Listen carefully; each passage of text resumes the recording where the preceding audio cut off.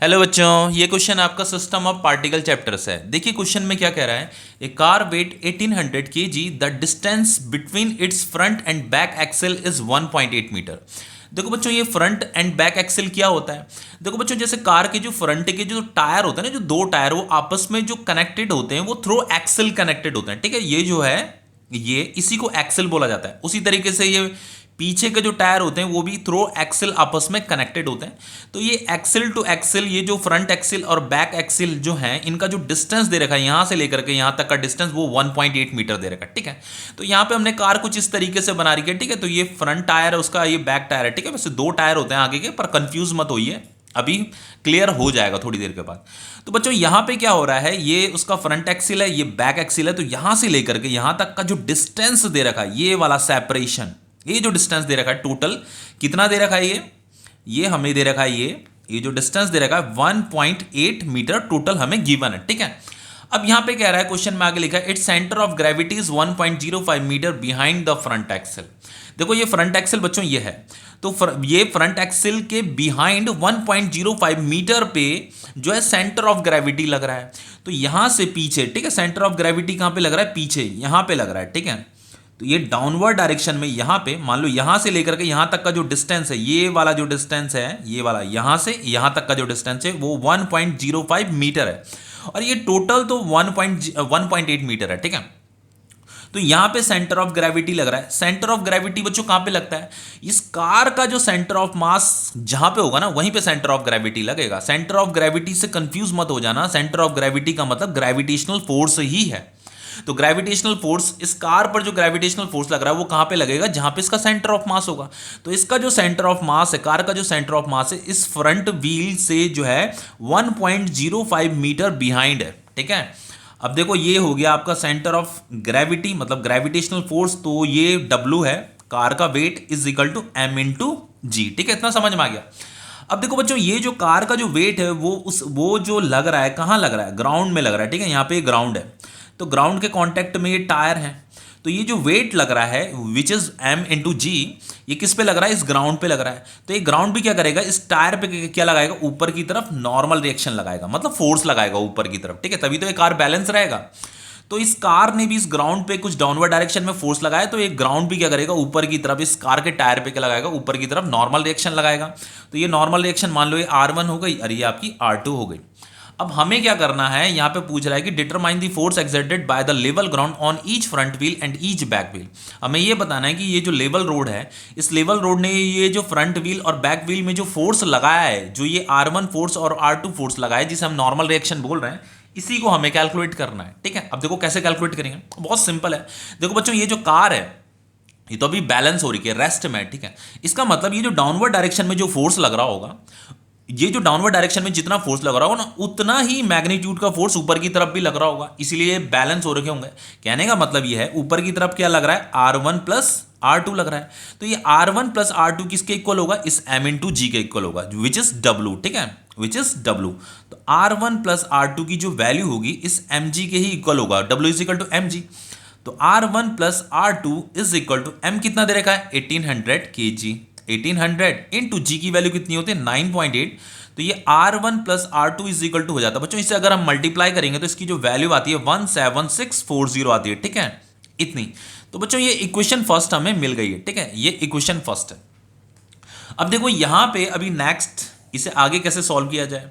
देखो बच्चों, यहां पे जो अब कॉन्सेप्ट लगेगा वो रोटेशनल इक्विलिब्रियम का लगेगा। फॉर रोटेशनल इक्विलिब्रियम, इसका मतलब ये है कि ये बॉडी जो है ना, ये कार जो है रोटेशनल मोशन नहीं कर रही है, इस पे फोर्सेस तो लग रही हैं, ये भी फोर्स लग रही है, ये भी फोर्स लग रही है, डाउनवर्ड डायरेक्शन में भी फोर्स लग रही है, लेकिन इन फोर्सेस की वजह से इस पे कोई भी रोटेशनल मोशन नहीं आ रहा है। ठीक है, मतलब ये रेस्ट में है।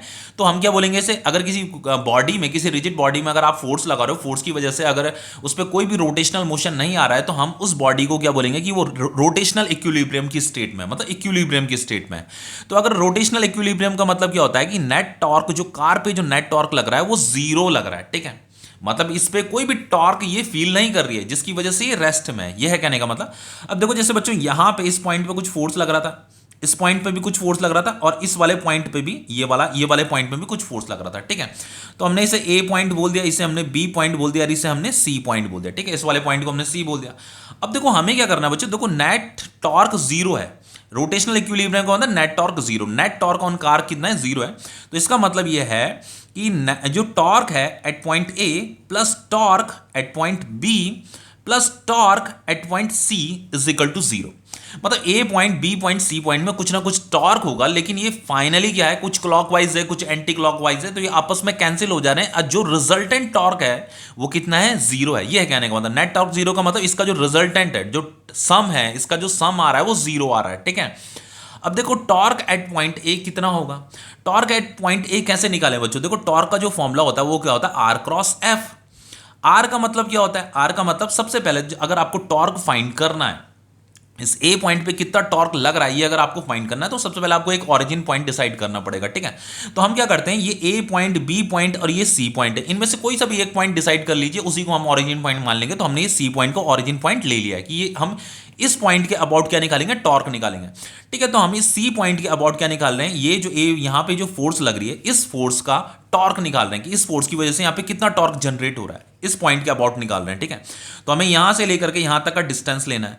तो ये वाला जो डिस्टेंस होगा, ये डिस्टेंस कितना होगा, देखो ये तो टोटल यहां से लेकर के यहां तक तो 1.8 मीटर था, ये 1.05 है। तो ये वाला जो डिस्टेंस होगा ये कितना होगा, 1.8 माइनस 1.8 ये है, माइनस 1.05 ये है। तो ये जब इसे माइनस करोगे तो यहां पे कितना आएगा आपका 0.75 आएगा, ठीक है। ये है आपका 0.75। अब देखो इससे आगे हम क्या करेंगे, हमें तो टॉर्क एट पॉइंट ए निकालना है, तो उसके लिए ये वाला डिस्टेंस, ये 0.75, इसे मल्टीप्लाई कर दो R2 से, ठीक है। तो 0.75 इंटू R2, इतना समझ में आ रहा है। लेकिन बच्चों देखो ये जो कार है ना, अगर इस पे ये वाला फोर्स लगेगा तो इसकी वजह से ये यहाँ पे जो टॉर्क जनरेट होगा वो जो है क्लॉकवाइज टॉर्क होगा। तो क्लॉकवाइज जो टॉर्क होता है उसे नेगेटिव लिया जाता है, ठीक है। अब देखो यहाँ पे फिर प्लस आएगा टॉर्क एट पॉइंट बी, इस बी पॉइंट पे जो टॉर्क होगा, हम इस पॉइंट के अबाउट निकाल रहे हैं टॉर्क को। तो यहां से लेकर के यहां तक का डिस्टेंस विच इज ये 1.05, तो 1.05 इंटू ये वाला फोर्स R1। अब ये जो फोर्स लग रहा है ऊपर की तरफ, इसकी वजह से एंटी क्लॉकवाइज टॉर्क यहां पे क्रिएट होगा। तो ये जो एंटी क्लॉकवाइज टॉर्क होता है ये पॉजिटिव होता है, ठीक है।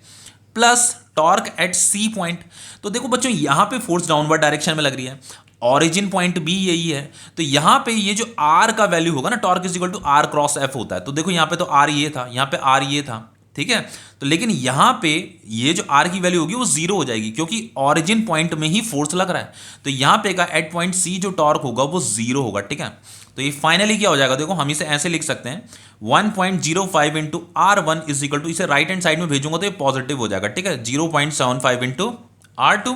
तो ये R1 divided by R2 is equal to कितना हो जाएगा, 0.75 डिवाइडेड बाय 1.05, ठीक है। डेसिमल हटेगा, 5 1 जा 5, 5 5 जा 25, 5 2 जा 10, 5 1 जा 5, 3 5 जा 15, 3 7 जा 21। तो बच्चों ये R1 डिवाइडेड बाय ये इतना हो गया।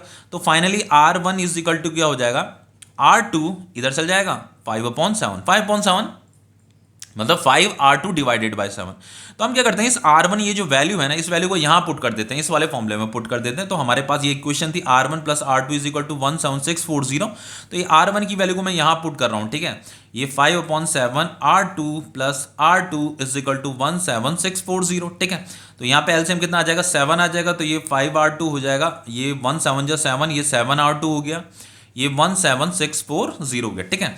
तो ये कितना हो जाएगा, 12R2 is equal to 17640 into 7, ठीक है।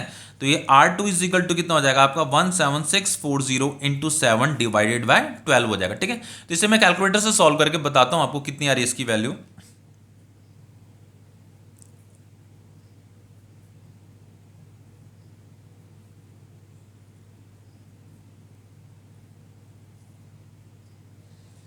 बच्चों R2 इज इक्वल टू जो आ रहा है आपका 10290 आ रहा है, ठीक है। ये R2 की वैल्यू तो हमें मिल गई।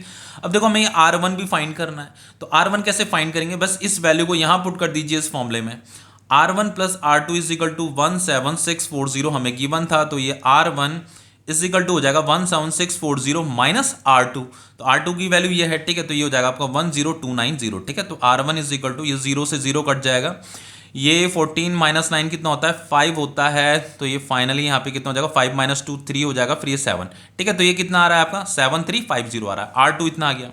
अब देखो बच्चों R2 क्या था, R2 तो ये जो पीछे का जो लास्ट ये बैक एक्सिल जो है ना यहाँ पे लगने वाला जो फोर्स है उसे R2 बोलते हैं। ये जो फ्रंट टायर में जो फोर्स लग रहा है इसे हम R1 बोल रहे हैं। लेकिन हमें क्वेश्चन में पता क्या पूछा है, determine the force exerted by the level ground on each front wheel and each back wheel. देखो बच्चों ये तो हमने R1 जो निकाला है दोनों टायर पे लगने वाला फोर्स निकाला है, हमें ईच टायर निकालना है कि ईच टायर पे कितना फोर्स लग रहा है, ठीक है। तो हम क्या करेंगे, ये R1 को डिवाइडेड बाय 2 कर दो बस, ठीक है। तो R1 डिवाइडेड बाय 2 अगर मैं करता हूं तो 7350 डिवाइडेड बाय 2 हो जाएगा, 2 3 जा 6 हो गया, 2 6 जा 12 एंड 2 7 जा 14, 2 5 जा 10, ठीक है। एक फोर्स मतलब ईच व्हील, देखो यहाँ ये जो फ्रंट व्हील है तो फ्रंट व्हील में जो फोर्स लग रहा होगा ना इतना लग रहा होगा, ठीक है। दो टायर है ना, आगे दो टायर है तो एक टायर में इतना लगेगा और दूसरे वाले टायर में भी इतना ही लगेगा। अब बैक व्हील में कितना लगेगा बच्चों, देखो R2 इतना था तो इसे डिवाइडेड बाय 2 कर दो, ठीक है। R2 डिवाइडेड बाय 2 तो ये 1090 डिवाइडेड बाय 2, 2 5 जा 10, 2 1 जा 2, 2 4 जा 8 हो जाएगा, ये 2 5 जा 10, ठीक है। तो ये जो बैक व्हील है बच्चों पीछे दो टायर हैं, ठीक है। तो ईच टायर में इतना फोर्स लगेगा, ठीक है। तो ये क्वेश्चन आपका कंप्लीट हो गया, ओके।